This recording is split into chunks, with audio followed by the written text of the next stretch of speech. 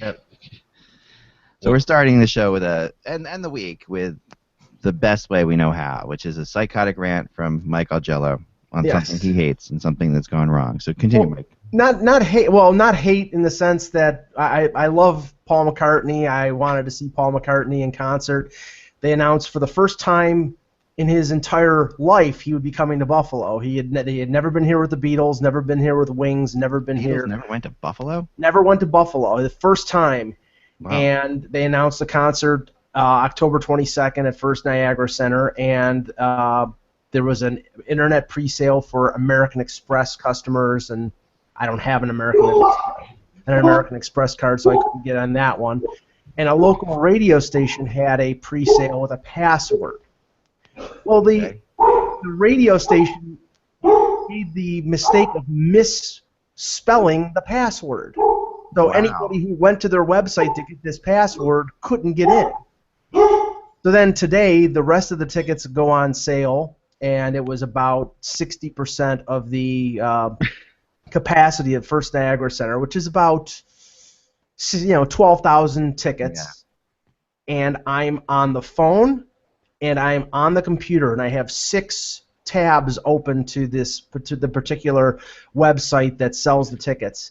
I get through on the phone at 10:01, and the tickets went on sale at 10, and all 12,000 were gone. Oof. So it's insane. It's obscene. Wow. I mean, we talked about it with Russ before when Yeah.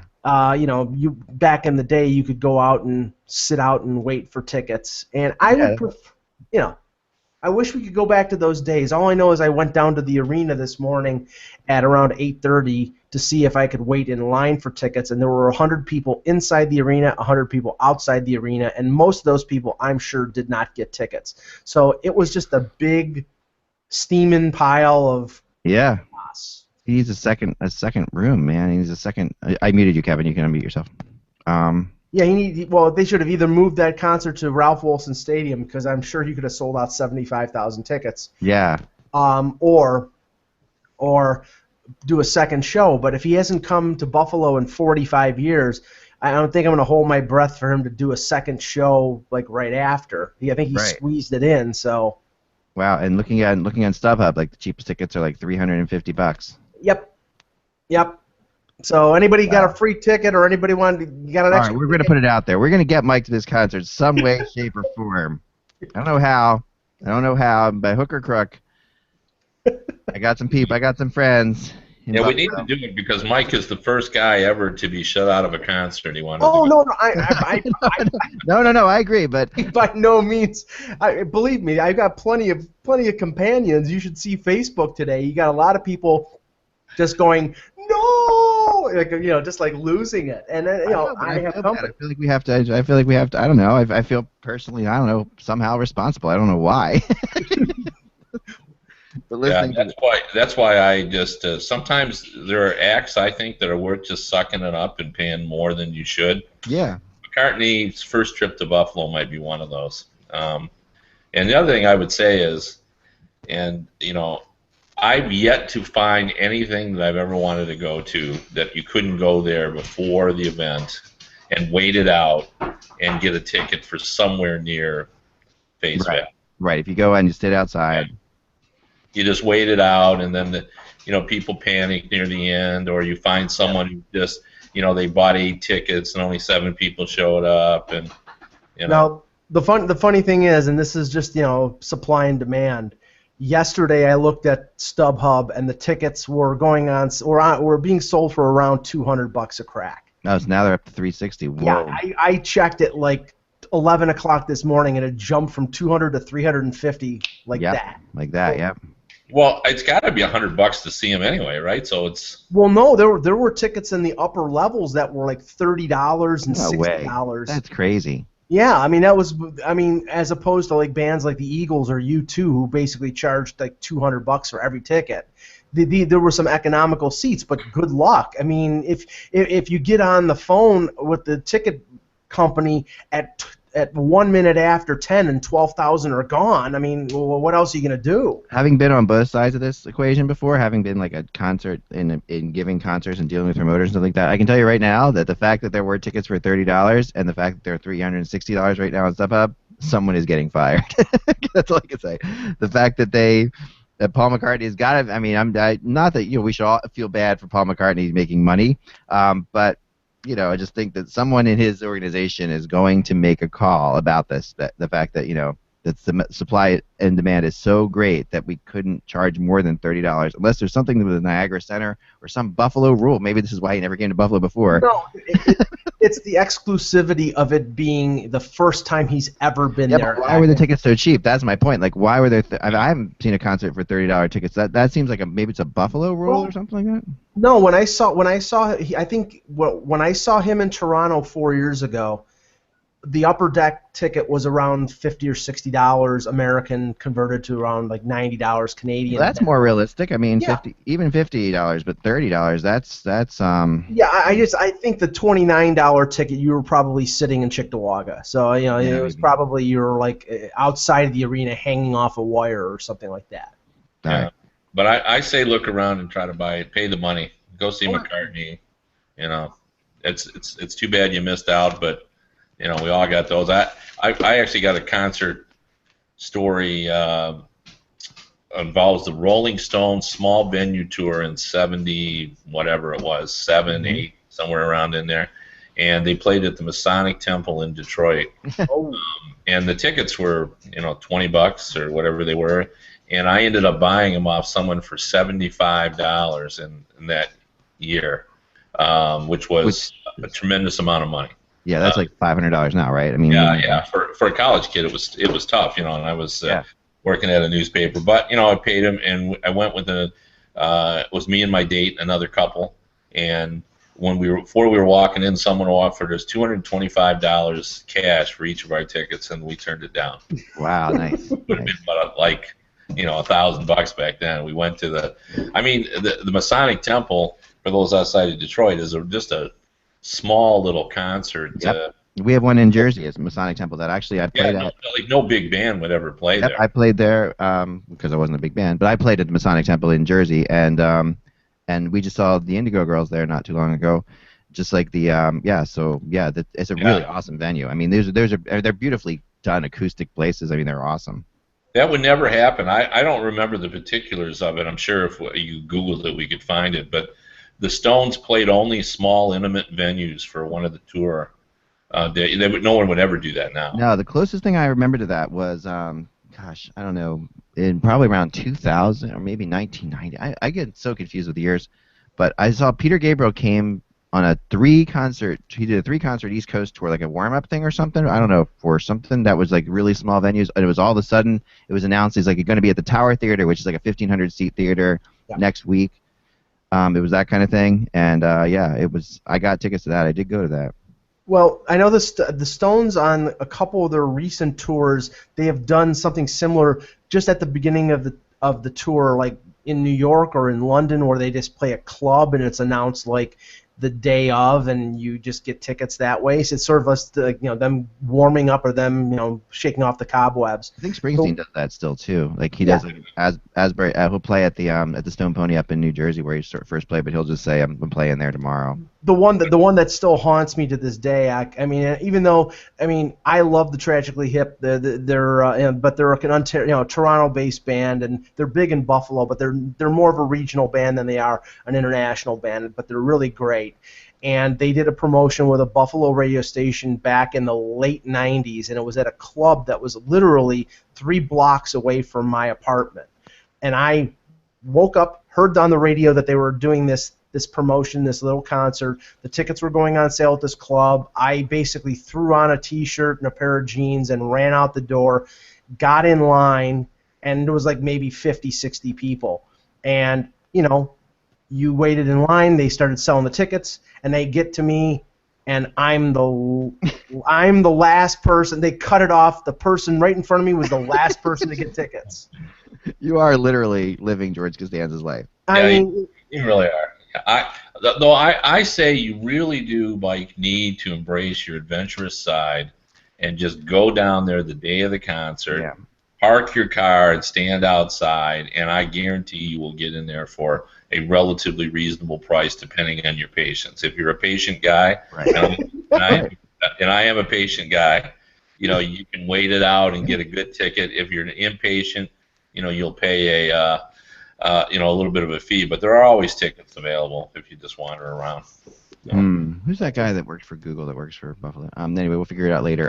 But yeah, there's if you're out there, and we're throwing it out there, I'm just putting this out there right now. If you have an extra ticket for Paul McCartney and you can bring Mike along, Mike, you'll be a season ticket holder for life at Hockey Buzz. We'll help you out. Put that in there, and we'll make sure that you're all set up for Hockey Buzz forever. I'll even consider throwing in a pair of my season seats for a Buffalo Sabres game. And you can be a host on the HockeyBuzzCast. We'll have you come on. You can come on and spend a HockeyBuzzCast, and you got tickets to a Sabres game. Not a Leafs game, but a Sabres game. Well, they might get a Leafs game out of this one. Season ticket for life, and plus a guest host. And those Sabres tickets, you're going to see Jack Eichel. That's right. Sabres tickets, that's fine. Yeah. This is a much improved Buffalo team. 90% ticket renewal, right? The Sabres are, This is actually, you're getting far more economic value than I'm sure the tickets cost you. That's true. So there you go. So I'm throwing it out there. Eklund at HockeyBuzz.com. Send me an email. We'll get you set up. Let's play hockey. Yeah, let's talk some hockey. Let's talk hockey. All right, here we go. The 31st of August. The last day of August. My kids went back to school today. Very sad day for me because I love having the kids around. I hate when the kids go back to school. When you work at home, it's like the kids going back to school sucks. Hey, just look at it this way. Tomorrow is a month with hockey in it. I know. That's true. We'll think of it that way. There's hockey in it this month. You just had to find it. You had to find it. Yeah, there's always hockey somewhere. But the camps are like 2 weeks away, so let's look at it that way. Hello, Hockey World. Welcome. I forgot how do I do this beginning again? Hello, Hockey World. Today is Monday. Thank you. I got it. People get mad at me when I don't say exactly this. I've actually gotten emails. You got to say it exactly the same way every time. All right, I'm going to do it. Here we go. Hello, Hockey World. It's Monday, August 31st, 2015. I'm Michael Lagello. I'm Kevin Allen of USA Today Sports. And I'm Eklund, and you're watching the Hockey Buzzcast on HockeyBuzz.com. This is the podcast that comes to you every Monday through Friday at 1 o'clock Eastern Time to fill you in on your hockey needs and try to get Mike tickets to concerts. That's the other thing we do here. Yeah. But besides that, Kevin, you have a good topic for today. I don't want to. I just wanted to. I was doing my power rankings for USA Today, and one of the exercises we do at the start of the season is to rank the teams top to bottom, assigning 30 points to the best team, and 1 point to the worst team. And the way we do it is it's just so it's easier for the people to sort of add up and see where you fall in the consensus of our power rankings panel. And what I was struck by as I was doing this is there was teams that I like and am bullish on that I had in single digits. I couldn't move them any higher. So I thought we'd play a little game here and talk about teams that I think the three of us like and think they could be better than they were last season and that they have an opportunity, and sort of play that game and see how high we can push them. And I want to start with a team that's close to you in proximity and in emotion with the Philadelphia Flyers, because I think that's a team that three of us agree that we're kind of bullish on. I've heard everybody speak. Like Mason obviously is a better goalie than I think he got credit for. We've talked about the statistics and his 5-on-5 save percentage being so high, and he had really good numbers last year. And we think with a new coach, he'll get along better with him than he did with the Berube. We like their offensive push. We think Couturier could be better. We think Shen could be better with this new coach. We think the new coach, someone step in if I'm overstating this, but we think, he'll make this team more accountable.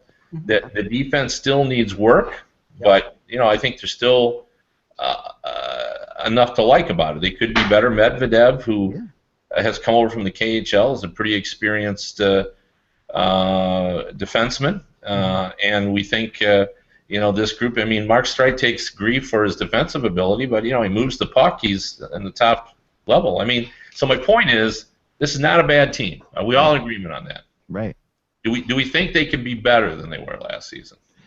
Yes. I mean, this is your guy, Mike. You start. Oh. Well, I mean, first of all, I think if Mason stays healthier than he did last year, that will automatically make them a better team because when he played well. I think they have a better backup goaltender than they did last year because Emery was a limited goaltender, and bringing in Neuwirth is I think is on some teams could be a number one goaltender, but he's a really good number two. My problem with Philadelphia defense is 1 or 2 years away. I mean, I think they're going to be better when Gostisbehere, when Moran, when Sanheim, when Provorov are in the mix. And right now they're stuck basically in a transition phase with Medvedev and Luke Shen and a lot of guys who are on short-term deals. I think I have them as a bubble team, so I think they're going to compete for a playoff position in the Metropolitan Division, but. I don't know with all the other teams in the division that are good, it's going to really be tough for them to move up. That's where it comes down to with me too. Is they could be better and not make the playoffs. They could be better and not make the playoffs because there's a lot of teams are a lot better.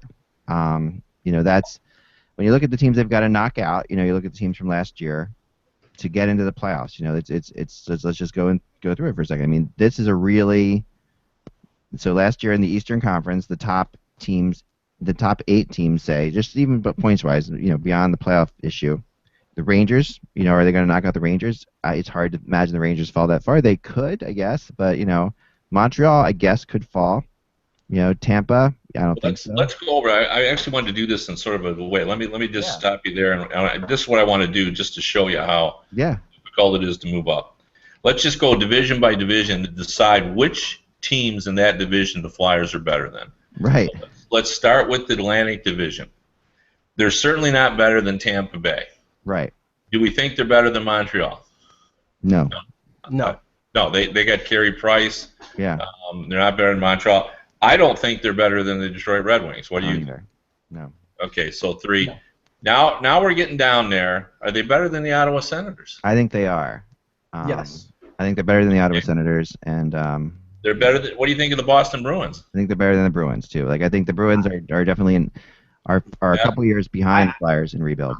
I think they're on par with the Bruins. The Bruins have question marks just like the Flyers do, but I think there's enough talent there with Rask, with their forwards that they could still be as good. Now the Flyers didn't move out Milan Lucic and Hamilton. I mean the Flyers still have Giroux. They still have they didn't move out those guys. So to me, the top player, the Boston Bruins have taken a step backwards. And they still have Andrew McDonald playing on the top pairing. But no question about it. No defensively. Yeah, I see. I'm with I respect your opinion on this, Zach, but I'm with Mike on it. I think to me, they're on par. I mean, they still have Bergeron and Krejci.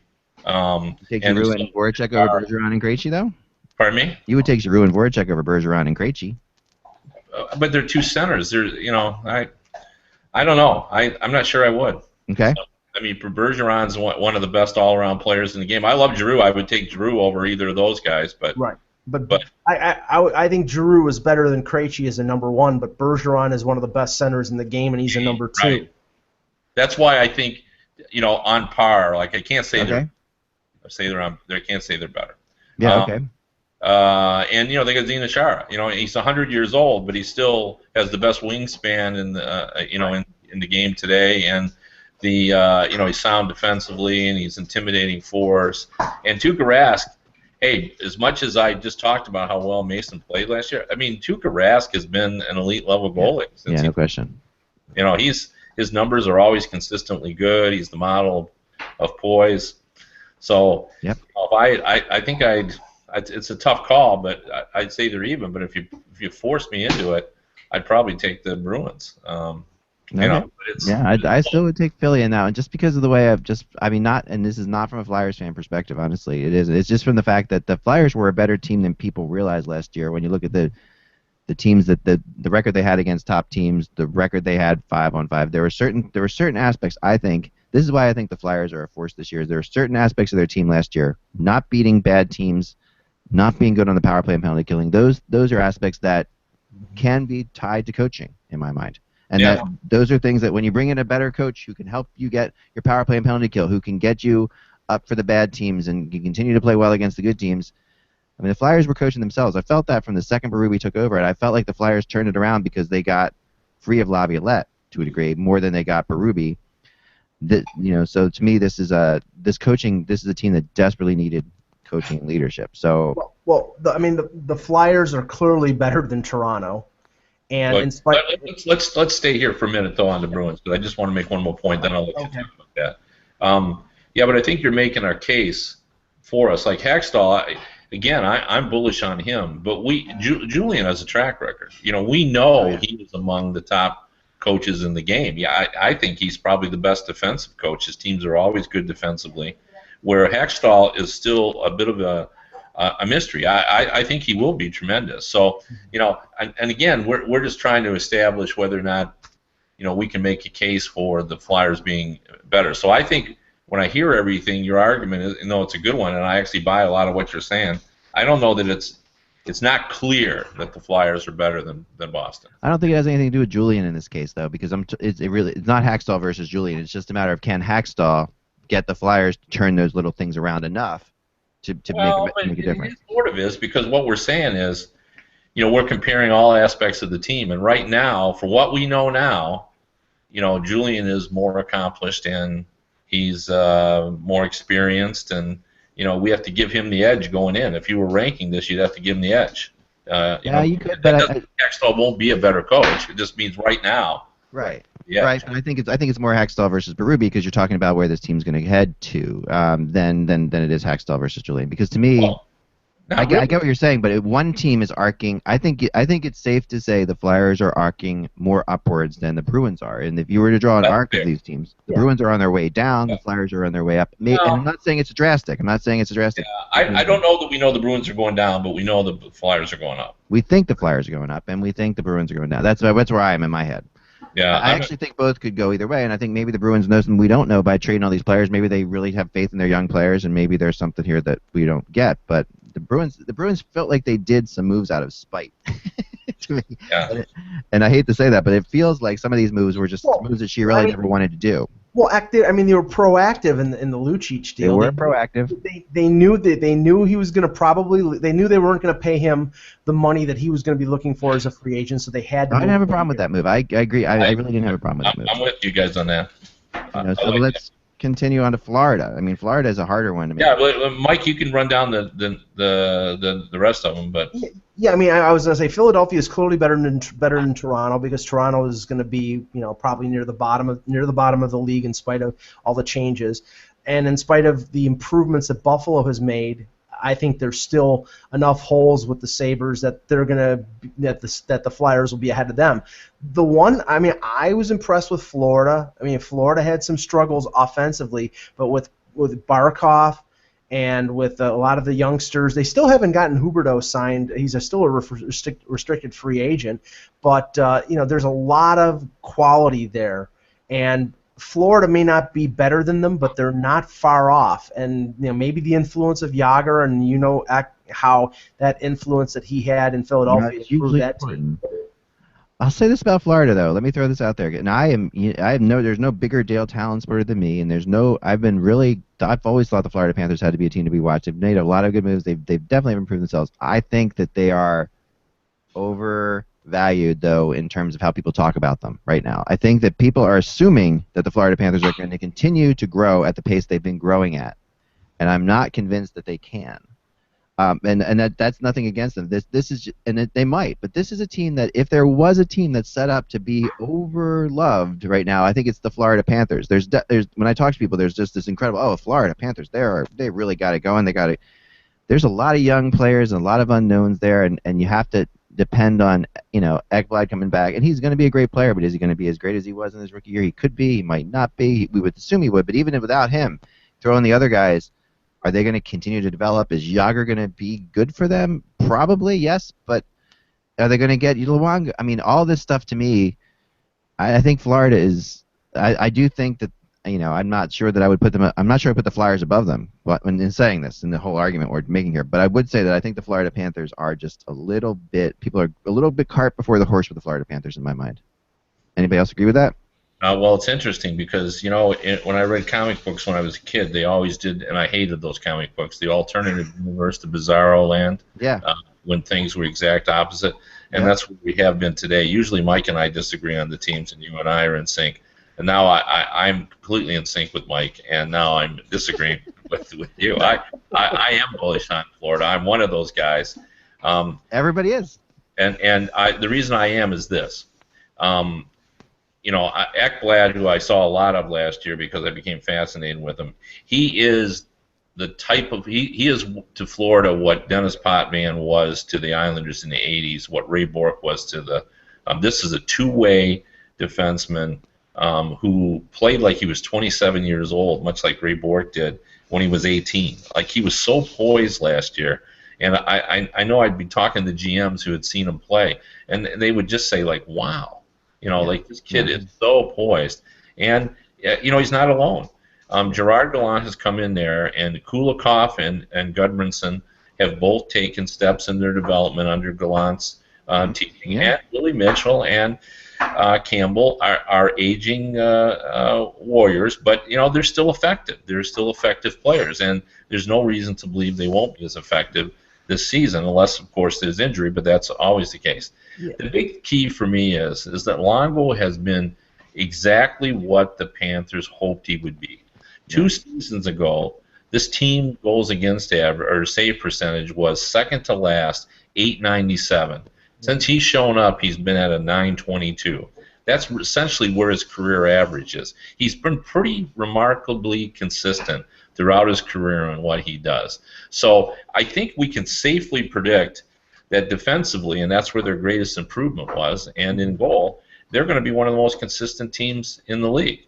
The key for them will be how they do offensively. They were one of 6 teams that did not hit 200 goals last season. However, when you look at their core group, and you mentioned it, Bukestad, Barkov, Pire, now Riley Smith, right, and Huberdeau. Those guys, I think that those 5 guys are capable of producing 125 goals. I think that all of them, Riley has been a 20-goal scorer. He wasn't last season, Riley Smith. But I think, Barkov had 16 goals. If he plays with Huberdeau and Yager, I think he could be 20 to 25 goals. Bukestad, to me, I know I've been talking to some Team USA folks as they project the World Cup team. They think this guy is the sleeper, that he could be a guy that moves on to this team this season, plays maybe a 4th-line role. He had 24 goals last year. Piri had 20 goals last season. Yeah. Jokinen is a pretty good player as well. Now, we haven't even talked about Yager. What can Yager do? That's the big question. And to me, I think you hope he could be between 50 and 60, but you expect him to be between 40 and 50. And I think that's reasonable even at age 42 for him. So saying all that, I think they're as good as the Philadelphia Flyers. Mm-hmm. Are they better? I don't know. There's, as you said, there are some unknowns. So I don't think we can put them in the category of the Flyers are better than them. So I guess now we're on the division. So the Flyers are not better than, we decided, 3 teams, right? Tampa, Detroit, Montreal. And I think we can conclude based on the 3 is that we. Oh, kind of. Kevin, you muted yourself. You muted yourself, actually. Sorry. We now see Florida and Boston as equal. So then the other 3 teams are better than Ottawa, Buffalo, and Toronto. Okay. So let's just go over to the Metropolitan, and you already started that. We all agree. I don't think we need to go over it. They're not better than the New York Rangers. Not close, in my opinion. Or the Capitals, in my mind. Or the Capitals. So now we're 2 right off the bat. I think we're going to have a little bit of debate on Pittsburgh, so we'll move that down a little bit. What about the New York Islanders? With John Tavares sitting there and with the guns they have there and with Johnny Boychuk on defense, the only advantage I might give them is if you're a Mason lover, you might say he's better than Halak, but I think that's pretty much a draw. I think the Islanders are better. I think the Islanders are better too. I'm with you. I'm Okay, I just didn't know if you were going to go there. Yeah, no, definitely. Okay, so and I know you think Columbus is better, and I do too. And Yeah. so do I. Yeah, so now we're. But let's just put a caveat there. If Columbus comes close, even close to having as many injuries as they did last year, that's the great equalizer because they lost Vince. That's always the equalizer. Though. Yeah, it's always you're right though. But I mean that everybody feels like the Blue Jackets will be better. The Penguins are, I guess, the unknown here because right now we have, and you look at this, we have 7 teams that are better than the Flyers, right? And now we're at the 8th team, and whether or not we think that's, we have 7 teams we all agree are definitely better than the Flyers. Yeah, definitely. And 2 others that we think are on the bubble. It could be on the bubble. And now we have the Penguins. And the Penguins. So now the Penguins we have to talk about. Yeah, yeah. And to me, the Penguins are almost, they have the same weaknesses that the Flyers do. Their big question marks are on the blue line. Their forwards are at least their top 6 forwards are fantastic, with Kessel and Malkin and Crosby and Hornquist. Yeah. But and goaltending, I know that some people think that Mason's a question mark. I don't particularly think so, but some people think Fleury is a question mark. I don't think so. But the question marks for both those teams is on the blue line, and I think maybe it's too simple to say, but whoever has the better blue line, whoever stays healthier, if Letang stays healthy, if Pouliot plays better, if Pouliot plays up to expectations, if Mata can shake off the problems that he's had with his shoulder, and hopefully for his sake the cancer does not come back. I think Pittsburgh could be in the top 3 in that division, but if things don't work out, then they could be out of the playoffs completely. Yeah. Yep. Kevin, who do you think is better? And I'll throw in my. I think it's Pittsburgh, and Pittsburgh, just for the reasons that Mike articulated, but the only difference I see is the Flyers don't have Chris Letang. Like Chris Letang does not get enough impact. He is among the elite skaters in this league. He controls the puck. He can control it for an entire shift if he wants to. He's better defensively than anyone gives the credit for. He was having a Norris Trophy caliber of season before he got injured. And he knows how to play with Malkin and Crosby. He's been there a long time. Plus, the Flyers do not have a Mata-like player. Mata is a rarity in that he's a young player who was pretty polished defensively when he showed up and had pretty good offensive instincts. Usually when young players show up, they're one or the other. He's a two-way guy, and those are harder to find.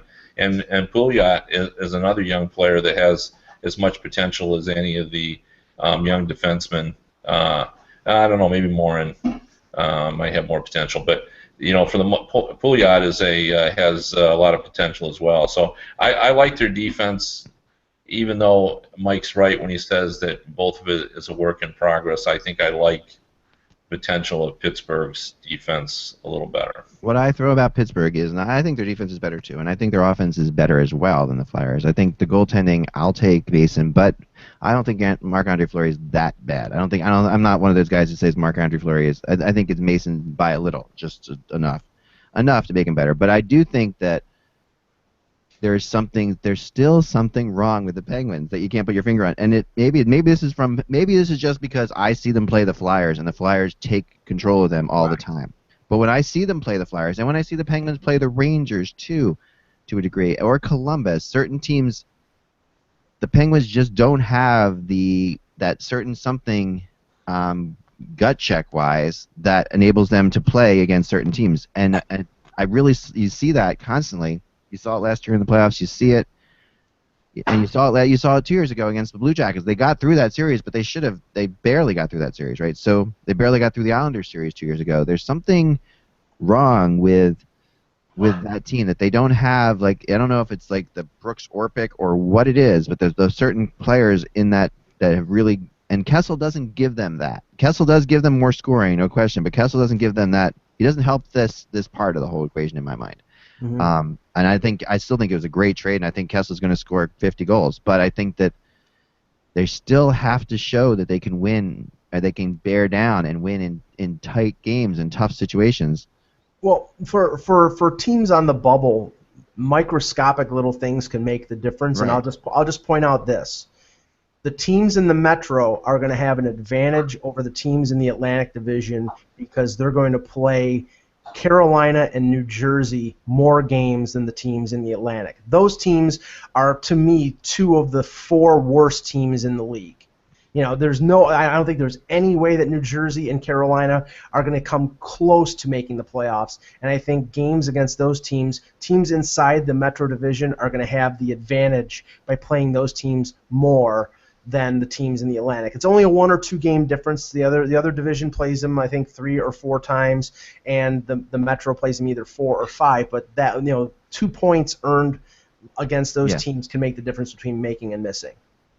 I agree with that. I think that. So when you look at 8 teams, so we have 8 teams now that are ahead of the Flyers. So because I'm going to put Pittsburgh ahead of the Flyers as well. So we've got 8 teams that are ahead of the Flyers. Ahead and 2 others maybe. So 10 teams. And this is the point I wanted to make even beyond in the playoffs there. So let's just say 10 teams that either are better than or as good as. And this is. And I think the Ottawa Senators have to be put in the maybe category too. By the way, I'm not throwing. I think the Flyers are better than them, but I don't think they're that much better. I mean, I think. Okay, keep that. But this is the point I want to make. A harder hit is. Now let's just go quickly to the West and decide. Right. Is there anybody in the Central Division that you think the Flyers are better than? Colorado. Okay. Yeah, and I think the Flyers are. I think the Flyers are on par with Dallas. And I know other people don't believe that, but I've seen them play each other. I don't think that's close. No. Not even remotely close because they got Sagan and Ben. Kushkin's coming back. Kushkin's coming back. They've got Spezza. Their defense is the same issue the Flyers have. Their sister team. Their defense is just like the Flyers' defense. No, I don't think so. I think that's more firepower. Patrick Sharp, and their defense. Woo. The Stars now have just a ton of exceptional young defensemen. Klingberg is definitely a jump forward for the Stars. They add Oduya, but they still need some of the young defensemen that they have to really jump up. And they have a couple guys like Goligoski who are in the last year of their deal who may play much better because they're looking for some looking to hit it big in free agency. So I take Mason over either of their goalies too. I would definitely take Mason over their 2 goalies, although I think for some reason the sum of their total will leave them all right. But I do like Philadelphia's goalie, but I think the Stars have Ben and Sagan are phenomenal players on their way up still, and Jason Spezza is among the better number 2 centers in the league, and Kushkin, I think we all agree is going to be a star and probably this season. And Patrick Sharp is a consistent top-flight goal scorer. And then on the third line they've got guys like Eakins and Hemsky. Hemsky had a horrible year last season, but he's still a pretty skilled player by comparison. Yeah, but the Flyers have players like that. I mean, that's like Wayne Simmons is a heck of a player too. I mean, Wayne Simmons is in their top 6. Yeah, no, but he's a top 6 scorer. I mean, he scores for them. Right. And he's definitely one of the best power play guys in the league. He's really right up there. Well, I don't know. We can debate this, but at the very least, they're equal.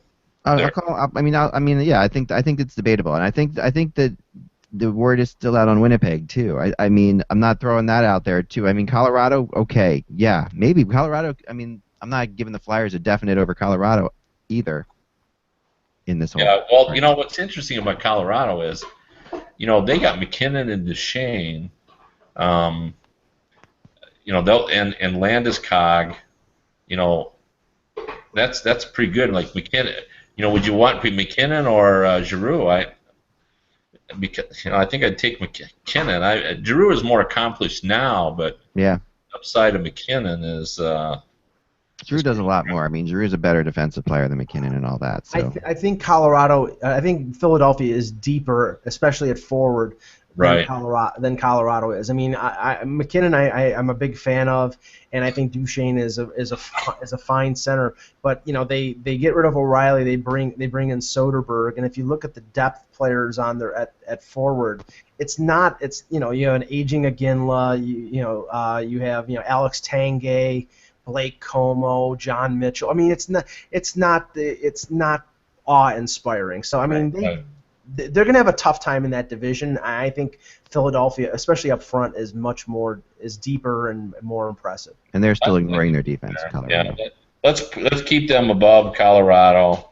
But let's give. I'm not giving them the benefit of the doubt on Winnipeg. I love Winnipeg. I think they're only going to get better. And they have players who are going to be better next season as well. Where we're not quite sure how much better the Flyers are going to be offensively, unless you know something I don't.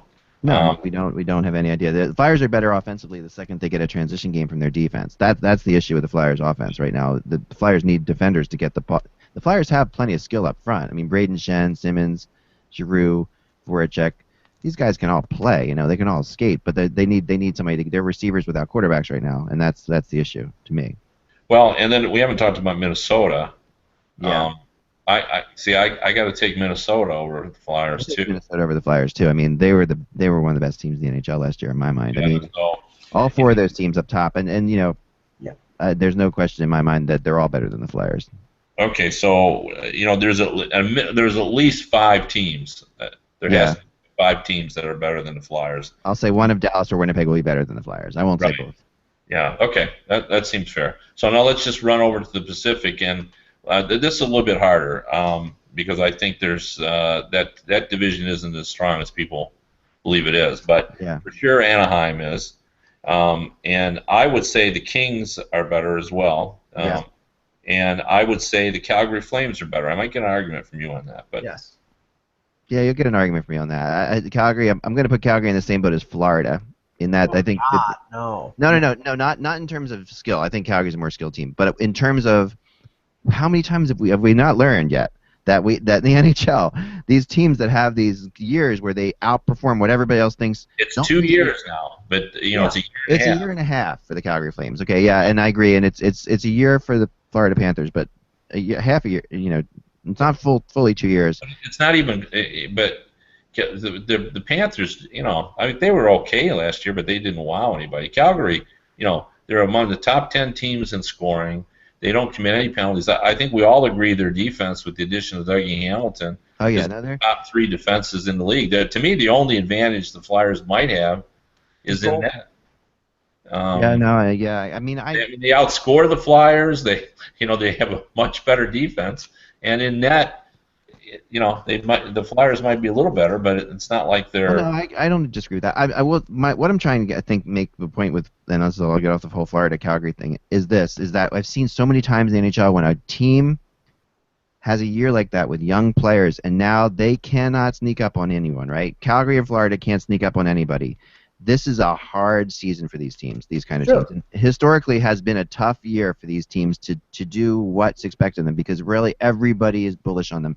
Everybody is saying how they're on the up and coming, yet they still have a lot of young players who have to prove it. They can't just sit there and believe their own press clippings. Right. And too often we see teams like this believe their own press clippings, at least for part of the year, and it struggles, and they struggle through it. These are 2 teams that I think are suspect to that, Florida and Calgary. And I think they're both in that realm. That's all I'm trying to say. If they come to training camp and they mail it in, I mean, they have to live up to the expectations. But I think also with both of those teams, there's been an increase in the level of talent and also experience. I mean, I think Calgary benefited from the fact that they won a round in the playoffs, that they came up against the best team in the Pacific Division in Anaheim, and had lost, but they add Bennett, they add Hamilton, and they add the experience, and they get Giordano back. And people forget that Giordano was out the last 6 weeks. They showed tons of guts last year, and they won games without Giordano. They shouldn't have won, and they found ways to win games. They were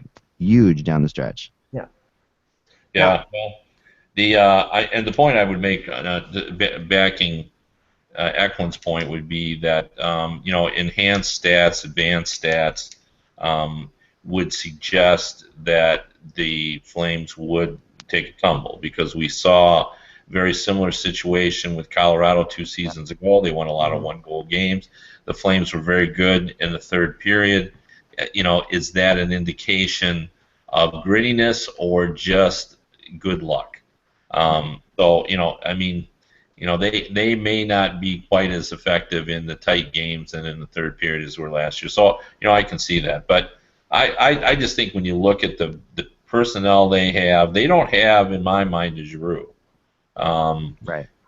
But, there's a lot of depth there, and there's a lot to like there up front. And, they added a pretty good player in Frolik, another good player in Hamilton. Mm-hmm. I think Sam Bennett, as a rookie, is going to have an impact. If you look at the way he played last season, I don't think he's your normal rookie. Agreed. I think he comes in with some poise, and I think the way he plays allows him to be a veteran. So anyway, if we just give them either equal to or better than, then I think we're at least with Anaheim, LA. I think they're better than Vancouver. Some might argue I think Flyers are better. But my point on Vancouver is, to me, they seem like a team on the way down. So many of their players are going to turn 35 this year. Their goalie is already 35. Right. So I just think they're on the decline. And then, the Sharks is an interesting one. I'm actually a little bullish on the Sharks. Yeah, me too. With the changes they made. So now we're at better. But the point I want to make in all this is, I like the Flyers. I do. I think Hextall knows what he's doing. I thought they were better last season than people thought they were. And yet, just listing the numbers, we now have, and this is exactly what happened to me when I was in. I kept thinking I was going to put them in, and just based on the top of my head, Mike referred to them as a bubble team, which I did too. I view them as a bubble team. So to me, in my head, I'm thinking, well, they're going to be somewhere ranked in the 15 and 17 ranking. But when you go over the teams that are better than them, like right now, we've got 20 teams, 19 or 20 teams ranked ahead of them, and that's what happened to me. By the time I started putting the Flyers down there, they were already down in the 21st spot. Right. I ended up with them ranked 21st out of 30 NHL teams for a team that I like. Right. The point of all that is it's just such a struggle for teams to get better, because you're not operating in a vacuum. You're improving your team, but everyone else is working to improve their team. And Mike certainly is right when he said earlier that injuries dictate a lot, and I think that's they do. Injuries sort of figure out who's going to be in the 13 through 22 range. Right. And I think that will play a role. One major injury to a Giroux or a Jack Johnson in Columbus, or a Lundqvist, or PK Subban would change many things to be sure. Look at. I mentioned Columbus and all their injuries last year. Columbus finished the season 12-0-1, and they still finished, I believe, 8 or 9 points behind Pittsburgh for the 8th place in the Eastern Conference. Yeah, they decided, and they made a conscious decision to not tank, which was really impressive. They went for it. Well, yes, but that's all fine and good. But my point is that they basically didn't lose the last month of the season, and they still finished well out of it because of all the injuries. And the thing is that this year I think is going to be a little bit different, because last year there was such a grand separation. I think it was in the teens, the amount of points in between, say, like 23rd place and like 22nd. Like teams that tried to lose, that were trying to get their best chance at McDavid, or at the bottom, the 5, 6, 7 teams. There was a wide gap between those teams and then the teams that were still struggling for the playoffs. I think that the gap is going to be less this year. I think it's going to be, because I don't think you're going to have as many people dumping, because there's no motivation to dump. So I think that you're going to have the gap is going to be significantly smaller, and the gap between, say, 16th place, which is the last place team that makes the playoffs in either the East or the West, is probably going to be only 1 or 2 points different than 17th and 18th, and maybe only 6 or 7 points from that to where possibly Philadelphia is. So the gap is going to be very small. It's going to be the difference of 2 or 3 wins. Yeah, and the other thing, I'll make an argument for the Flyers, and I sound like a Flyers apologist here, but because I'm not that too far. I mean, I think maybe I have them 18th, so I'm not really, if you go to, through the whole 21 thing, maybe I have them 18th or 19th, Kevin. It's not like I'm not that much higher because there are so many good teams in the NHL, and I see where this is going too, but they were 3-11. They had 3 wins and 11 losses in shootouts, the Flyers were. All right, so that's by far worse than anyone else. I mean, there's no one else really in that realm. I mean, there's the biggest fan of the 3-on-3 because you put out Giroux, Voracek, and Mason, and you said, because the goalies are a factor on 3-on-3s. We have to remember the goalies are a big factor in 3-on-3s. So yeah, I mean, there's a team that if they can get a couple points there, I mean, this has been 2 years in a row. The other thing that's always fascinating about this is what I love about this whole exercise. The great idea today, Kevin, is that last year if we did this at this time, okay, we all would have put Boston in the playoffs. We all would have put Philadelphia in the playoffs. A lot of us put Columbus in the playoffs, I had Columbus in the playoffs. Dallas would have been a playoff team. Colorado would have maybe been a playoff team because they're coming off a year where they won the Central Division. Maybe some of us didn't some of them saw that coming, but that's fine. San Jose and LA are definitely playoff teams. Yeah.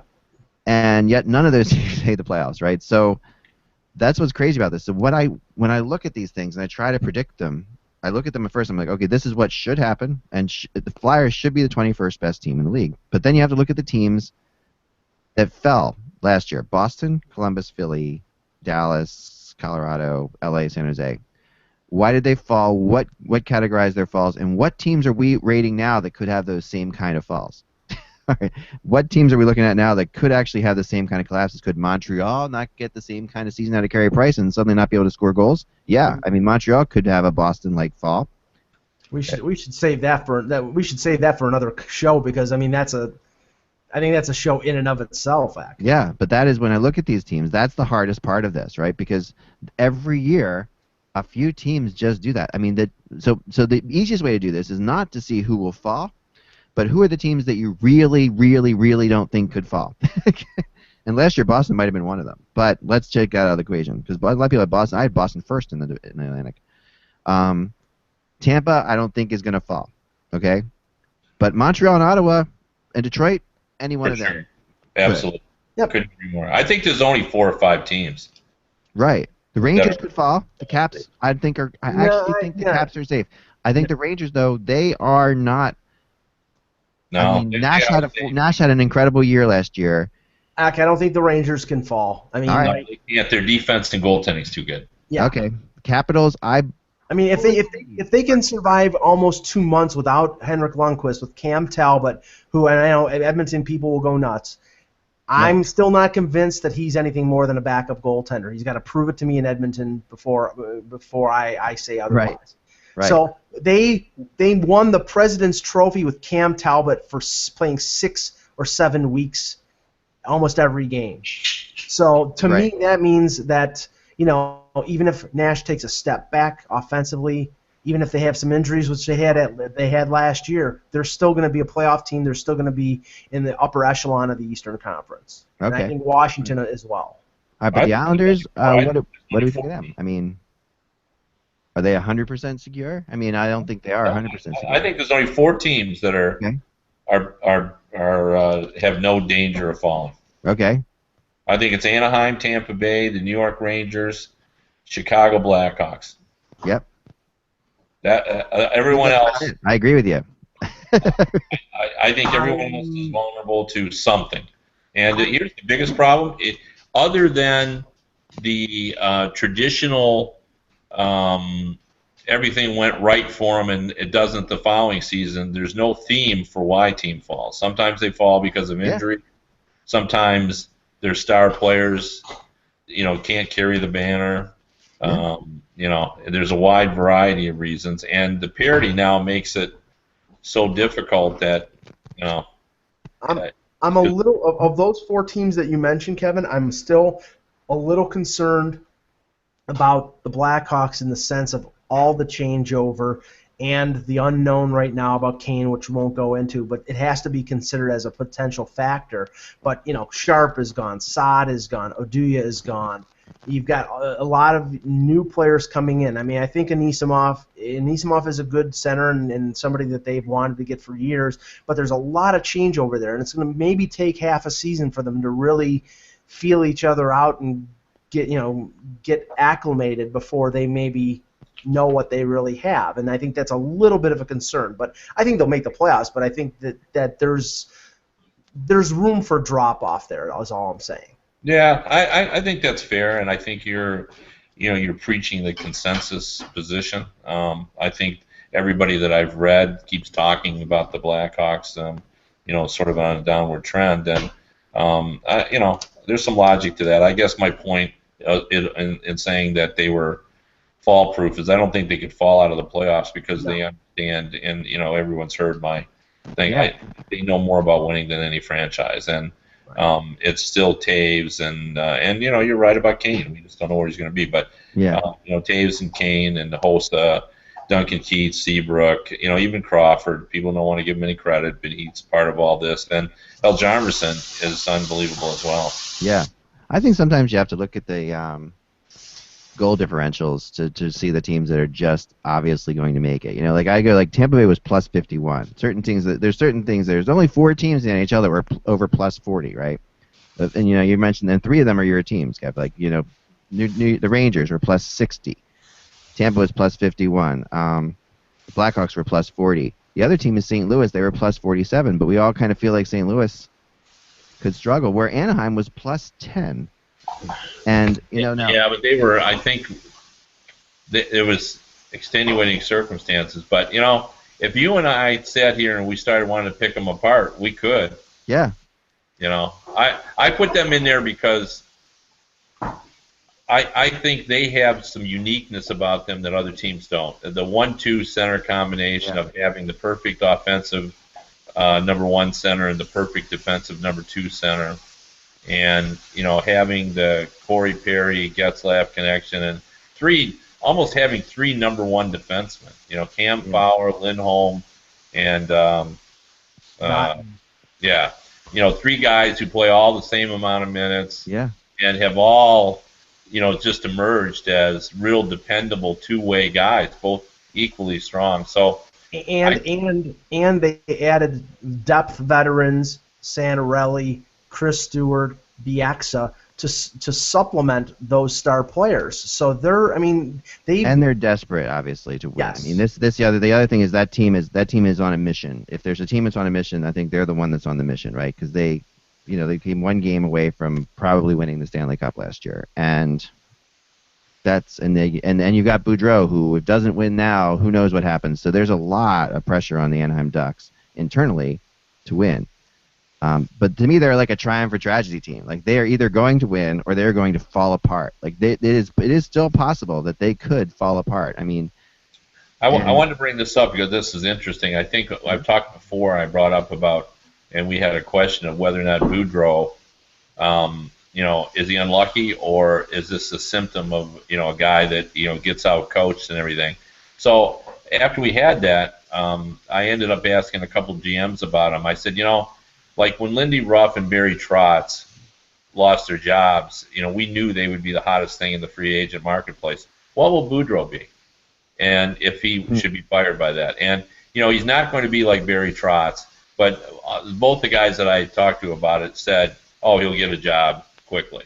Because everybody knows that he knows what he's doing, and guys respect him. They want to play for him, and that's his reputation. So, I think that sort of, when you have the respect of people around the league, I think it says a lot for you. I don't think he's as same as the modern coaches that we see now, but I do think he does a good job. Yeah, I agree with that. They gave up as many goals as the Carolina Hurricanes, though. Last year, let's throw it in perspective. They both gave up 226 goals. I mean, that's a weird statistic, right? When you think of Carolina Hurricanes, you don't think of their defense. If you talk, they have 3 number 1 defensemen. They got all this. Yeah, but they gave up 226 goals last year. Yeah, but Carolina played very well for a spurt there. Like it was interesting when Mike was talking about. Yeah, they did. they was talking about how, well, if you're in the Metro, you got to play them. I find Carolina hard to play against some nights. Mm-hmm. They've got a good defense. They've got a good defense. In Atlantic, you're going to deal with the Toronto Maple Leafs, although I think Babcock will make them harder to play against. I just wrote a column where I basically said, he will get in the way a little bit because I think he'll make this team better than it really is. Right. Right. This season even. So. Well, the Colorado Avalanche gave up 227 goals. I mean, we're all talking about. If we want to pick on Anaheim, we can start with. No, I'm just saying. I think that I feel like in my heart that Anaheim is going to be like all that, but I think there's some obvious. I'm not picking on them, but I'm just saying, are they a definite that they can't fall? And I just don't know that they're. I feel they are, but I know your point. Sure. I just look at Carolina, Kevin, in the sense that they played much better in the second half under Bill Peters than they did early in the season. Yeah. They had injuries. Jordan Staal was out in the first half, and when they got him back and Eric Staal was playing well, and they had the goaltending of Khudobin and Ward, they were respectable. But this year with Ward and Eric Staal, still their contract situation's up in the air. We don't know whether Eric Staal is going to re-sign with them or whether he's going to be a trade deadline situation. Yeah. And there's not a lot of fire. They traded a lot of guys away. They did bring Wisniewski in from Anaheim, but they traded Toulouse. They traded Khudobin. They've moved a lot of players out, so it lends itself to sort of a rebuilding situation, and them really not being in the era or in the arena of Philadelphia and Columbus and those teams that are going to compete for the playoffs. I think they're a step below. New Jersey and Toronto are battling for the worst spot in the Eastern Conference. Yeah, I agree with everything you're saying. I'm just saying that I just sort of struggled a little bit thinking, well, that the teams in the Metro will have an easier time. I'm just not so sure that's all that true, just because Toronto will be in Atlantic, and Buffalo will have some ups and downs. Like Jack Eichel, I love the guy, and he's going to be great, but he's going to be in and out. Ryan Howard will be in and out. Yeah. Evander Kane is a terrific player, but he's not been known as a guy who is a consistent scorer. So, there's going to be some time there. So, I guess my only point is I think that there'll be two teams in the Atlantic and two in the Metro where it'd be easier some nights to beat them than other teams. So historically, we always, no matter how better we think the Atlantic is or the Metro is, they always end up with 4 teams apiece in the playoffs. It feels like at the end of the day, there's that we're not going to get 5. Like we got 5 out of the Central last year. We could get 5 out of the Central again this year. Yeah. It feels perfectly normal, but you don't see that with either the Metro or the Atlantic. You don't see either of them running away with it. We've had that discussion before, where which division's better, and it was a really good debate. But this was a great show, and a little preview of our previews coming up later, and when we actually get to the teams, and then we actually start to predicting things. But yeah, it's really hard to say. I mean, teams can fall, and then other teams, I guess the final thing I'll say on this is this: like as I said before, with the whole concept of teams that have these players who are young with expectations on them, suddenly like Florida and Calgary.